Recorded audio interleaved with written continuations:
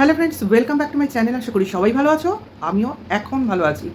গতকাল একটা ভিডিও আমি দিতে পারিনি, কিছু শর্টস দিয়েছিলাম, ওটা আমার আগে করা ছিল, তার জন্য দিতে পেরেছিলাম, নাহলে দেওয়ার মতো মানসিক অবস্থা ছিল না। তো সেটা একটু ক্লিয়ার করব, কারণ আজকে ফোকলাকে নিয়ে কিছু বলার আছে। কারণ ফোকলার একটা লাইভ আমি দেখেছিলাম, তো সেই লাইভটা নিয়ে বলার ইচ্ছা তো তখনই ছিল, কিন্তু পরিস্থিতি ছিল না, তার জন্য একটু লেটে আসছে, কিন্তু আসছে। তো সেখানে ফোকলার একটা কথা আমার খুব মন ছুঁয়ে গেছে, তো সেই কথাটা দিয়ে শুরু করব। সেটা হলো, এখন যে আমাদের বর্তমান পরিস্থিতি চলছে ভারতের উপর দিয়ে, তো সেই জরুরি অবস্থার ভিত্তিতে ফোকলার বক্তব্য হচ্ছে, এই অবস্থার পরিপ্রেক্ষিতে কিছু অ্যাওয়ারনেস আমাদের প্রত্যেকেরই ব্লগার হিসেবে নিজেদের নিজেদের চ্যানেলে ভিডিও মারফত দেওয়া উচিত। তো সেটাকে আমি ফলো করব, এবং অবভিয়াসলি অ্যাওয়ারনেস তো আমি দেওয়ার ব্যাপারে একদম আগে, এবং দেওয়ার চেষ্টাও করব। তো যেটা হচ্ছে সেটা তো এখন মোটামুটি মক ড্রিল বলো, সরকারের সতর্কবাণী বলো, বিভিন্ন নিউজ চ্যানেল ফলো করা বলো, এবং সমস্ত সতর্কতা আমরা কিন্তু মোটামুটি জেনে গেছি যে কখন কি বিশেষ অবস্থা বা জরুরি অবস্থা হলে কি ঠিক করতে হবে, সেটা আমরা জানি। তো সেটা করে আমি আমার ভিডিও বাড়াবো না। যারা আগে থেকেই করেছো, জেনেছো, তো তারা সেগুলো ফলো করো অবভিয়াসলি, এবং নিজেদের বাড়িতে প্রয়োজনীয় সামগ্রী মজুত করে রেখো, যেটা কিনা জরুরি অবস্থার সময় কাজে আসবে। সেটা ওষুধই হোক, পথ্য হোক, খাবার দাবার হোক, রেশন হোক, সমস্ত কিছু, যেটা কিনা আমার অন্তত 7 দিন বা 10 দিনের মতো যদি মজুত করে রাখার প্রয়োজন হয় তো করো। ঠিক অনেকটা সেই লকডাউন পিরিয়ড, করোনা টাইমে যেরকম হয়েছিল ভাই, সেই অবস্থাটা আরও জটিল হয়েছিল। সে যে কত দিনের জন্য মজুত করে রাখবো সেই ধারণাটাই আমাদের কাছে ছিল না। তো সেই অবস্থাটা ভাবলে এখনও আমার ভয় করে। তো আমি চাই না সেই পুরনো অবস্থাটাকে আবার অনুভব করতে, ঠিক আছে? তবু মানুষের তো কাল কী হবে জানা নেই। তো সেই জায়গায় দাঁড়িয়ে আমাদের এইগুলো বলতেই হয়, ভাবতেই হয়, করতেই হয়, ঠিক আছে? হ্যাঁ, তার সঙ্গে সঙ্গে আমি আরেকটা অ্যাওয়ারনেসও তোমাদের দেবো। সেটা হলো, এই ফোকলার মতো জন্তু জানোয়ারের হাত থেকে তোমাদের বাড়ির মেয়ে বউকে যদি বাঁচাতে চাও, তাহলে অবভিয়াসলি নিজেদের মেয়ে বউদের ফেসবুকে কারা কারা চ্যাট করছে মেসেঞ্জারে অবশ্যই নজরে রাখো। কারণ এরা হলো সমাজের কীট পতঙ্গ, বই কিছু নয়। যারা অনেকটা বলতে পারো ঘুণের মতো, যারা কিনা কাঠের আসবাবপত্র বলো, কাগজ বলো, একদম সেটাকে একদম চূর্ণ বিচূর্ণ করে দেয়, ঘুণ উই পোকার মতো। ঠিক সেই রকম এরা হলো যে কোনো মানুষের সংসার ঘুণ ধরিয়ে সেই সংসারটা শেষ করে দেয়, সেই সম্পর্কটাকে আর বাঁচতেই দেয় না। তো এই জাতীয় কীটপতঙ্গ থেকে তোমরা কিন্তু সাবধান থেকো, এবং এই সাবধানতা নিজেরা যেমন অবলম্বন করবে, অবভিয়াসলি তোমাদের বাড়ির মেয়ে বউকেও এই অ্যাওয়ারনেসটা দেবে যে তোমাদের কাছে যদি এই ধরনের কিছু জন্তু জানোয়ার কীটপতঙ্গ চ্যাটের প্রস্তাব আনে, বা নিজেরা করে, বা তোমরা নিজেরা করলে কিন্তু কিছুদিন যাওয়ার পর বুঝলে এরা ঠিক সঠিক ব্যক্তি নয়, তো এদের সঙ্গে সঙ্গে ব্লক করো, এড়িয়ে চলো। বুঝতে পারছো কি বলছি?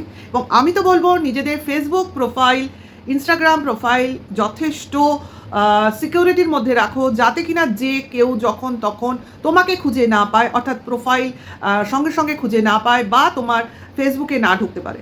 এটা মেনটেন করো। আর হোয়াটসঅ্যাপ তো তোমার ইচ্ছা, তুমি কাকে দেবে কাকে দেবে না। আশা করি সোশ্যাল যে মানে নেটওয়ার্কটা আছে, সেটা এখন মোটামুটি আমরা কম বেশি জানি, নিশ্চয়ই জানি। তো এখন এই সিকিউরিটি পলিসিটাও আমাদের জানতে হবে, কারণ কিছু এই ঘুণ ধরা পাবলিক, যারা কিনা সংসার ভাঙতেই জানে, গড়তে জানে না, কারণ এদের লোভ অনেক বেশি। এরা মানুষের সংসারে উকি মারে, দেখে এদের সংসার কিভাবে চলছে, তারপর নিজেরা চিন্তা করে নেয় ওই সংসার যেভাবে চলছে সেইভাবে যদি আমি আমার সংসারটাও চালাতে পারি, তাহলে তো কেল্লা ফতে, আমাকেও ইনকাম করতে না হয়ে বাড়িতে বসে ক্যামেরা ধরে দিন কাটাতে পারি। কারণ সেই বাড়ির যদি কোনো লোককে, কোনো মানুষকে ফুসলিয়ে ফাসলিয়ে বাগে আনতে পারি, অর্থাৎ তার ব্রেন ওয়াশ করতে পারি, তো হয়ে গেল, আমার তো সারা জীবন আমি গুছিয়ে নেব। তো এইরকম চিন্তাভাবনা করেই ফোকলা তার ফিল্ডে নেমেছিল। যদিও সে এখন ক্লিয়ার করতে বসেছে, যেরকম আমরা বলি যে না, ফোকলার হাত ধরে টিনু বেরোয়নি, সেটাও আমরা জানি, ফোকলা নিজের মুখে বলছে, কারণ এটা সত্যি, সে সেখানে ছিলই না, সে সেই মুহূর্তে এই রাজ্যে ছিলই না, তাহলে হাতটা ধরবে কার, তাই না? কিন্তু ব্যাপারটা হচ্ছে, কেউ তো কাউকে প্রবোধ বাক্য দিয়েছিল যে তুমি যদি বেরিয়ে আসো তাহলে আমি আছি তোমার পাশে। এই যে আশ্বাস বাণী একটা নিপীড়িত বউ বা উপেক্ষিত বউয়ের কাছে কিন্তু অনেকটা বেশি। অর্থাৎ সে জানছে বা বুঝছে, না, আমি এখান থেকে বেরিয়ে গেলেও এমন একজন মানুষকে আমি আমার পাশে পাবো যে কিনা আমার টেক কেয়ার করবে। বুঝতে পারছো? এগুলো হচ্ছে এক ধরনের চিটিংবাজি বিজনেস। কাউকে ভুল বোঝানো এবং ভুল বুঝিয়ে বিপথে চালনা করা, বা তাকে সংসার থেকে বার করে আনার প্রচেষ্টা করা। এবার এই ফাঁদে কে পা দেবে কে পা দেবে না সেটা তার ব্যক্তিগত ব্যাপার। এই ব্যাপারে যদি কেউ বলে ফোকলা তো কাউকে বলেনি বেরিয়ে আসতে, এটা টিনুর ইচ্ছা, হ্যাঁ একদম টিনুর ইচ্ছা, কিন্তু টিনুকে বুঝিয়েছে কে এটাও তো মাথায় রাখতে হবে। আজকে টিনুকে যদি ফোকলা এই আশ্বাসবাণী না দিত তাহলে কি টিনু বেরোতো? তোমাদের কি মনে হয়? সে কিন্তু তখন সেভাবেই জীবনটাকে বা ঘুরিয়ে বা এদিক ওদিক করে চালাবার চেষ্টা করতো। ঠিক আছে, আমাদের ছেলেমেয়েরা যদি কোনো অন্যায় কাজ করে বা অন্যায় পথে পা বাড়ায় তখন আমাদের গার্জিয়ানদের, তখন সেই সময় যে গার্জিয়ান থাকবে, একটা অবিবাহিত ছেলেমেয়ের ক্ষেত্রে তার গার্জিয়ান হয় তার বাবা মা। এবার তাদের দায়িত্ব পড়ে তাদের ছেলেমেয়ে কী করছে সেটা দেখা। ঠিক আছে, এইবার একটা বিবাহিত মেয়ে বা বিবাহিত ছেলে, বিবাহিত ছেলের তো আবার গার্জিয়ান থাকে না, তারা নিজেরাই অভিভাবক, যাই হোক, বিবাহিত মেয়ের গার্জিয়ান কাদের দেখা হয়? তার স্বামীকে। তাহলে সেই বিবাহিত মেয়ে কি করছে না করছে তার দায়িত্ব কার উপর বর্তাবে? এটা তো সোজা হিসেব। গার্জিয়ান হিসেবে কার নাম লেখা থাকে? তার স্বামীর নাম। তো স্বামীর দায়িত্ব ছিল তার স্ত্রীকে সঠিক পথে আনা, ঠিক কিনা? আর যদি সে মনে করে না আমি স্ত্রীকে কোনোভাবেই সঠিক পথে আনতে পারছি না, অর্থাৎ আমি আমার সংসারে টেকাতে পারছি না, অর্থাৎ আমি তাকে স্ত্রী হিসেবে মেনে নিতে পারছি না, তো তাকে আমি বিনা বাক্য ব্যয়ে একটা প্রচেষ্টা করে তাকে মানাবার চেষ্টা করেও যখন বিফল হব, তো তাকে আমি একটা আইনি পথে মিটমাট করে তাকে পৃথক করে দেবো। এরকম করে দেবো যে তুমি তোমার রাস্তা ভাই দেখো, আমি আমার রাস্তা দেখছি। এবার সেটা লিগালিটি মেনটেন করেই করবো, যেভাবে আমাদের বিয়ে হয়েছে ঠিক সেভাবেই আমরা সেপারেশন করব। এটা হয়ে যাওয়ার পর না স্বামীর দায়িত্ব বর্তায় স্ত্রীর ওপর, না স্ত্রীর কোনো আশা আকাঙ্ক্ষা বা কোনো কিছু থাকে তার স্বামীর ওপর। এটা টোটালি তখন তাদের রাস্তা পৃথক হয়ে গেল। এবার তারপর কে কি করলো সেটা তাদের ব্যক্তিগত ব্যাপার, এখানে কারোর কিছু বলারও থাকে না, করারও থাকে না। তো স্বামীটি যদি সেরকম, অর্থাৎ গার্জিয়ান, স্ত্রীর গার্জিয়ানও যদি সেই প্রকৃতিরই হয়, অর্থাৎ ফোকলা প্রকৃতির, অর্থাৎ যার কিনা মনে হলো যে মুহূর্তে স্ত্রী ভুল করলো তো এই ভুলটাকে আমি কাজে লাগাই, অর্থাৎ কোনো কাজটাকেই বৃথা যেতে দেওয়া যাবে না। যদি দেশে বন্যা পরিস্থিতিও আসে, খরা পরিস্থিতিও আসে, তো সেইটাকে দেখিয়েও আমি ক্যামেরার মাধ্যমে ইনকাম করব, এইটা যার প্রবৃত্তি হবে, তো ঠিক তার বউকে কেন তার মাকেও বিক্রি করতে দুবার ভাববে না, আমার মনে হয়। এটা আমার অনুমান। আমি তো জানি যে ছেলে তার মাকে ভালোবাসে সে তার বউকেও ততোধিক বা তার থেকে বেশি ভালোবাসে। এটা তো আমরা ছোট থেকে দেখেছি ভাই। এই জন্য আমরা নিজেরাও বলে থাকি, কোনো ছেলে যদি কোনো তার মাকে বেশি ইম্পর্টেন্স দেয় বা মার প্রতি বেশি তার নজর থাকে যে মার কি সে ভালো হচ্ছে, মার কি সে খারাপ হচ্ছে, এটা যদি সে দেখে, তো আমরা কিন্তু এরকম মানে কথাবার্তা বলি আড়ালে যে ওই ছেলেটা দেখো মাকে কতটা ভালোবাসে, না জানি এ তার বউকে কতটা ভালোবাসবে। এটাই তো হয়। কারণ মাকে কেয়ার করতে করতে সে যখন একসময় বিবাহিত হয়, নিজের যখন বউ পায়, অর্থাৎ একজন বন্ধু, একজন সহধর্মিণী, সে কিন্তু তখন তাকে টোটালি নিজের করে নিতে চায়, এবং মেয়েটিও কিন্তু চায়। এইভাবেই তো একটা সুন্দর সংসার গড়ে ওঠে। চেষ্টা ছিল, কিন্তু চেষ্টাটা বিফলে গেল। আমি বলছি না যে এরা চেষ্টা করেনি, বেচুও করেছে, টিনুও করেছে, কিন্তু এদের চেষ্টাটা রং নিল না, মানে সফল হলো না। তার জন্যই তো আজকে এই দিনটা ওদের দেখতে হচ্ছে। একটা তিক্ত অভিজ্ঞতার মুখোমুখি হতে হচ্ছে। একটা রিলেশনশিপ তৈরি করতে 5 বছর লেগে গেছে ওদের, 5 বছর, এবং বিয়ের আগেও মনে করো 3-4 দিন বা তারও আগে ওরা ফোনাফুনি করেছে, সরস্বতী পুজোয় দেখা সাক্ষাৎ এদিক ওদিক নিশ্চয়ই করেছে। তা এই যে সময়টা এদের বিফলে গেল, একটা রিলেশনশিপ গড়ার জন্য যে এরা এফার্ট দিয়েছিল, totally loss case, gone case. কিন্তু ভাঙতে দেখো ক মিনিট সময় লাগলো ভাঙতে, কিন্তু ওই একটি দিনই বরাদ্দ ছিল, অর্থাৎ ওই 17ই আগস্ট।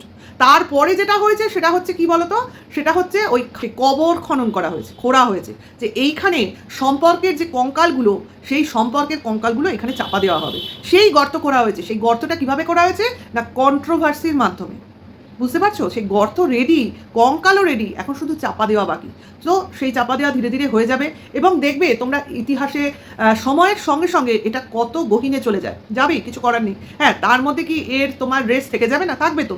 এদের সন্তান এই রেসটা নিয়ে বয়ে বেড়াবে, অর্থাৎ রিলেশনশিপের রেজাল্ট বা ফল, যে কিনা বা তার কি হবে না হবে যেটা নিয়ে কারোরই কোনো চিন্তাভাবনা ছিল না প্রথম দিকে, একদম প্রথম দিকে যখন এই ঘটনাটা হচ্ছিল। ঠিক আছে, কিন্তু পরবর্তী ক্ষেত্রে মারও একটা চিন্তাভাবনা ছিল, বাবারও চিন্তাভাবনা ছিল। মার কি চিন্তাভাবনা ছিল যে ছেলেকে কিভাবে দেখা যাবে, দেখা সাক্ষাৎ করা যাবে, বা ছেলের কাছে কিভাবে যাওয়া যাবে, ইত্যাদি ইত্যাদি, তার জন্য প্রচুর এফর্ট। আর বাবার চিন্তা কিভাবে ছেলেকে মার থেকে দূরে রাখা যাবে এবং আলাদা করা যাবে, মাকে জব্দ করা যাবে। যে যার মতো চিন্তাভাবনা করেছে, করতেই হবে, কারণ এটা হচ্ছে একটা রিলেশনশিপের ভাঙার ফল, এটা ভুগতেই হবে। তো মাঝখানে তোমার ফোকলার কি কাজ? ফোকলার কাজ হলো, একটা ঘটনা যখন ঘটলো, সেই ঘটনার যে দুটো পার্ট থাকে, তো একটা কুফল একটা সুফল। তো কুফলটা তো বেচুর ক্ষেত্রে গেছে, আর সুফলটা হয়েছে তোমার ফোকলা বহন করতে চেয়েছে। অর্থাৎ এই যে একজন বেরিয়ে এলো, তাকে নিয়ে এবার সে নতুনভাবে চলতে চেষ্টা করলো। তোমরা কি ভাবলে ফোকলা সংসারী হতে চেয়েছিল? একদম নয়। সে চেয়েছিল নিজের আখেরটা গোছাতে, নিজের রাস্তাটা ঠিক করতে। হ্যাঁ, তার মধ্যে যদি কাউকে ভুলভাল বুঝিয়ে বা প্রলোভন দিয়ে বা সম্পর্কের একটা মানে আখ্যা দিয়ে, সে যাই হোক, বন্ধু হোক, প্রিয়জন হোক, যেভাবেই হোক, তাকে দিয়ে যদি কোনো কাজ উদ্ধার করে নেওয়া যায়, অর্থাৎ নিজের রাস্তাটা যদি সুগম সুফল হয় এবং খাটনি না করতে হয়, তাহলে সেক্ষেত্রে তো আর পিছন ফিরে দেখতে হবে না। দেখো, ফোকলা কিন্তু নিজের আখের গোছাতে শুরু করে দিয়েছিল। সে বাড়ি বলো, ব্যাংকই বলো, মোটামুটি নিজের শখের জিনিসপত্র বলো, সবই কিন্তু গোছাতে শুরু করে দিয়েছিল, কারণ সে বেচুকে ফলো করছিল। তাই আমি বলেছি কিন্তু বেচুটু। দেখো, বেচুকে ফলো করে করে ফোকলাও কিন্তু চেষ্টা করছিল, কিন্তু ফোকলার একটু হিসাবে গন্ডগোল হয়ে গিয়ে কি হলো, সে আসলে বুঝতে পারেনি যে বেচু বেচুর বাড়িতে যখন টিনু ছিল, তখন টিনু যে বুদ্ধিতে চলছিল, ওই বাড়ি থেকে বেরিয়ে আসার পর টিনু কিন্তু আর সেই বোকাটা নেই। সে কিন্তু অলরেডি তখন ভুগে অনেকটা সাবধান হয়ে গেছে, অর্থাৎ সে একটু একটু বুঝতে শিখে গেছে যে কোন পুরুষটা কেমন, কোন পুরুষটা কি চায়, তার অ্যাকচুয়াল ডিম্যান্ড কি, এটা কিন্তু সে বুঝতে পেরে গেছে। এবং ধীরে ধীরে সে নিজেকে সেপারেট করতে শুরু করে দিয়েছে, কারণ সে জানে কোনো রিলেশন থেকে হুড়মুড় করে বেরোনো যায় না, ধীরে ধীরেই বেরোতে হয়। তো সেই কাজটা সে শুরু করে দিয়েছিল। ফোকলা সেটা যতই কাউন্ট করুক না কেন, 1 বছর 8 মাস সে করতেই পারে, মানুষ কি না বলতে পারে, সেটা তো কথা না, তার মুখের কথাই একেবারে বেদবাক্য হয়ে যাবে। কিন্তু ঘটনাটা কি, তার রেজাল্টটা কি, সেটা দেখতে হবে। তো ঘটনাটা কি, আমরা যেটা বলেছিলাম যে সেপারেশন, আর রেজাল্টটা কি, আজকে ফোকলা পৃথক। এটা হলো ঘটনা, ঠিক আছে। এইবার এইখানে ফোকলা অনেকভাবে নিজেকে সৎ প্রমাণ করতে চাইছে, এই লাইফটায় দেখলাম। যেমন তার মতো ভালো ছেলে হয় না, সে একজনের প্রতি অগাধ বিশ্বাস করেছিল, এই রকম বিশ্বাসও কাউকে করতে হয় না, অর্থাৎ সে বোকা বনেছে, এরকম একটা ভান করছে, কিন্তু সে বোকা বনেনি। সে চালাকের কাজই করতে গেছিল, কিন্তু তার চালাকিটা কেউ ধরে ফেলেছে, তার জন্য সে এখন বোকা প্রিটেন্ড করার চেষ্টা করছে। কারণ দুদিন আগেও সে যেভাবে উঠে পড়ে টিনুকে দুর্নাম করার জন্য লড়াই করছিল, সমস্ত কিছু প্রকাশ করছিল তার কথা মতো, তো সেখান থেকে সে ভেবেছিল টিনুর এবার ধরাশায়ী অবশ্যম্ভাবী, অর্থাৎ বেচু যেটা পারেনি ফোকলু সেটা করে দেখাবে, অর্থাৎ ওয়াইটি ছাড়া করে দেখাবে। কারণ এরপরেও কি কেউ ওয়াইটিতে মুখ তুলে থাকতে পারে, মুখ দেখাতে পারে? অ্যাজ ইফ সেম কথা টিনুর কমেন্টস বক্সে প্রত্যেক ভিউয়ার্স লিখেছে, তার এগেনস্ট ভিউয়ার্স, এমনকি হয়তো কিছু প্রিয় ভিউয়ার্সও লিখেছে, কি করে তুমি মুখ দেখাচ্ছ, কি করে তুমি ছেলে ছাড়া আছো, ইত্যাদি ইত্যাদি বহু বহু কথা। এমনকি সত্যি কথা বলতে কি আমাদেরও মনে আসেনি তা নয়, এসছে, নাহলে তো মানুষই হব না। না, দেখো, কোনো ঘটনা যখন ঘটে, ঘটনার শুরুতে কিন্তু একটা মানুষ ধাক্কা খায়, তো সেই ধাক্কা খাওয়ার ফলটা একরকম হয়, তারপর সেই ধাক্কাটা খাওয়ার পর যে একটা অনুধাবন হয়, সেটা কিন্তু আরেক রকম হয়, ঠিক আছে। তো সেগুলো সবই বলবো, ফোকলার কথার পরিপ্রেক্ষিতে বলতে বলতে যাও। এবার দেখো, ফোকলার তোমার চালটা ভালো ছিল, কিন্তু চালের কি রেজাল্ট হবে ও বুঝতে পারেনি। অর্থাৎ টিনুর যে একটা সাপোর্টিং সিস্টেম আছে এই ওয়াইটিতে, সেটা ও এত ভালো বুঝতে পারেনি। ও ভেবেছিল যে কথাগুলো ও বলবে টিনুর এগেনস্টে, তাতে ওর ভিউয়ার্সরা পুরো বেঁকে বসবে এবং তাতে টিনুর একদম পতন ধরাশায়ী সব হবে, কিন্তু সেটা হয়নি। কারণ টিনুকে অনেকেই চেনে, বোঝে, তো সেই বোঝা থেকে মানুষ পিছু হাঁটেনি, অর্থাৎ তারা শেষটা দেখতে চেয়েছিল। এই যে যেমন একটা ছোট্ট কথা বলি, এই যে একটা কথা যেটা অনেককেই নাড়িয়ে দিয়েছে, যে টিনু বলেছে যে বাচ্চার অধিকার চাই না। এটা ভালো করে বোঝো, এটা আমি বোঝাচ্ছি, মানে আমি যেটা বুঝেছি আমি সেটা বলছি, কেউ আমায় বোঝায়নি, ঠিক আছে। এটা কিন্তু আমার বোঝার ফল, মানে আমার মনে হয়েছে এটাই হয়তো কারণ হবে। টিনু পরিষ্কার বলেছে, টিনুর মুখে শুনিনি কিন্তু, এটা only for Bechu and her and his legal team এই কথা পরিবেশন করেছে, যে টিনু শর্ত কিছুই রাখেনি এবং সে ছেলের কাস্টাডির ব্যাপারটাও বলেছে চাই না, মানে ছেলেকে চাই না, এরকম একটা কথা বলেছে। অর্থাৎ এইখানে একটা জিনিস ওয়াইটিতে পরিষ্কার হয়ে যাচ্ছে যে মা ছেলের অধিকার চাইছে না। অ্যাকচুয়ালি দেখো, আমরা প্রথম থেকে কেন টিনুর আর বেচুর এই যে কন্ট্রোভার্সিটা হচ্ছে সেটা কেন দেখছি বা করছি, এই বাচ্চাটাকে নিয়েই কিন্তু দেখছি বা করছি। টিনু বাচ্চাটাকে চাইছে প্রথম থেকে, আর বেচু বাচ্চাকে দেবে না, এইটা নিয়েই চলছে লড়াই সেই প্রথম থেকে আজ অব্দি। অ্যাকচুয়ালি বেচুকে লোক দেখেই কিন্তু এই বাচ্চার জন্য, যে বাচ্চাটা বাবার কাছে কেমন আছে, কতদিন আছে, মার কাছে যাবে কি যাবে না, মানে বাচ্চাটা কোথায় থাকবে, অ্যাকচুয়ালি এটা দেখার জন্য কিন্তু মানুষ উদ্গ্রীবভাবে বেচুর চ্যানেলের দিকে হতে দিয়ে পড়ে থাকে। কারণ টিনু কিছু বলে না, যা আসে বেচুর তরফ থেকে আসে, বেচুর লিগাল টিমের তরফ থেকে আসে। তো এই জায়গায় দাঁড়িয়ে যদি টিনু আজকে বলে দেয় যে বাচ্চা তার চাই না, তাহলে এটা দেখো অপর পক্ষ থেকেই জানছো, টিনুর মুখ থেকেও শুনছো না, তাহলে অপর পক্ষের লোকজন যারা বেচুকে সাপোর্ট করো এবং টিনুর এগেনস্টে থাকো এবং বাচ্চার জন্য যে বাচ্চাটা তার কাছেই থাক, মার কাছে যাবে না, আর বেচুর পক্ষের লোকজন টিনুর পক্ষের যারা তারা ভাবছো মার কাছে আসবে কিনা, বেচুর কাছে থাকবে কিনা, এই যে একটা চিন্তা ভাবনা, সেখানে কিন্তু একটা ফুল স্টপ বা দাড়ি পড়ে যায়। অর্থাৎ বেচুর পক্ষের লোকজন নিশ্চিন্ত হয়ে যায় যে বাচ্চা যাবে না, বাবা মার কাছে যাবে না, কাজে এই ব্যাপারটাকে নিয়ে আর চিন্তা করার কিছু নেই, কারণ মা চায়নি। তাহলে আর বেচুর চিন্তা করার কিছু নেই, লড়াই করার কিছু নেই, স্টপ। এবার টিনুর তরফের লোকজন ভাবে মা যখন বাচ্চাকে নেবেই না, তাহলে আর বাচ্চাকে দেখার কি আছে, বাচ্চা বাবার কাছে আছে, থাক না, থাক যেভাবে ইচ্ছে থাক। এবার এইখানে কি দাঁড়ায়, এইখানে বাচ্চাটাকে নিয়ে যে কন্ট্রোভার্সি হচ্ছিল, বাচ্চাটার মুখ দেখিয়ে বেচুর যে ইনকাম হচ্ছিল, বাচ্চাকে দেখবো, বাচ্চা কতদিন এখানে থাকে তার নেই ঠিক, বেচু তো এরকম অনেক ভিডিও করেছে, আর কতদিন ছেলেকে রাখতে পারবো না, দেখি এই ছেলেকে এই কদিনই রাখতে পারলাম, দেখি ছেলেকে নিজের কাছে করতে পারবো কিনা, ইত্যাদি ইত্যাদি অনেক ক্লিক বেট খেলেছে, তাই না? সেখানে এরাই আবার বলছে টিনু কিছুই করেনি, আবার আরেক সময় বলছে টিনু অনেক কিছু করেছে। মানে এরা যে কখন কি বলে এরা কিন্তু জানে না। অ্যাকচুয়ালি বেচুই তার ছেলেকে দিয়ে ভিউয়ার্সদের ঠকিয়ে ইনকাম করে গেছে, ঠিক আছে? আজকে আর বেচু কিছু বলতে পারবে না, কারণ টিনু নিজেই সেই রাস্তাটা বন্ধ করে দিয়েছে। অর্থাৎ সে ওদের মুখ দিয়েই বলিয়ে দিয়েছে সে তার ছেলেকে চায় না। তাহলে কি আর এই ছেলে সংক্রান্ত কোনো জিনিস নিয়ে বেচু বা বেচুর পক্ষের লোকজন বলতে পারবে বলে তোমাদের মনে হয়? কারণ যদি বলেও তাতে আর কিছু ধোপে টিকবে না। এইখানে কিন্তু এই ছেলেকে নিয়ে খেলাটা বন্ধ হয়ে গেল বা বন্ধ হয়ে যাওয়া উচিত। এরপরেও যদি বেচুর তরফ থেকে কিছু শোনো বা জানো, তো সেটা বেচুকে গিয়েই প্রশ্ন করতে হবে, কারণ তুমিই তো বলেছিলে নেবে না, আবার কেন এটাকে নিয়ে বলতে এসছো? একসঙ্গে হয়ে গেল। এইবার অনেকের আমাদের প্রশ্ন কি থাকবে যে টিনু বা ছেলেকে নেবে না, তো ঠিক আছে এটা আমরা জানতাম, তবু একটা মনের মধ্যে বা অনেকের প্রশ্ন ছিল কি হয় বা কেস কামারি কি হচ্ছে, আমরা তো সব কিছু জানি না, তো ভেতরের খবরটা যেহেতু জানি না, সে তো মনে হতো কোথায় কি হয় সেটা নজরে দেখি, কিন্তু এখন ওদিকটা নিশ্চিন্ত হয়ে গেল। এখন শুধু একটাই যে ছেলেটাকে মা কোনোদিন কি দেখতে পাবে, এইটা। তার মানে এখন কি দাঁড়ালো, এখন টোটালি কন্ট্রোভার্সিটা গিয়ে দাঁড়ালো টিনুর উপর। অর্থাৎ টিনুর উপর এখন সবাই নজর রাখবে যে অ্যাকচুয়ালি ছেলেকে দেখার জন্য টিনু কী করছে, তাহলে আখেরে কার লাভ হলো? তোমাদের কি মত, এটা তোমরা আমাকে অবশ্যই জানিও। আমার এটা মনে হলো তো বললাম। আর ফোকলু যে নিজেকে ক্লিন চিট দিতে চাইছে যে সে ক্লিন, কেউ নোংরা, আর তাকেই ফ্ল্যাটে ডেকে টিনু নাকি জিজ্ঞাসা করেছিল রিলেশনশিপের ইতি কিনা, এই কথাটা বলার আগে ফোকলু চিন্তা করে না কেন? এই ঘটনাটা আজকে বলছে, এটা কিন্তু ফ্ল্যাট ছাড়ার আগের ঘটনা।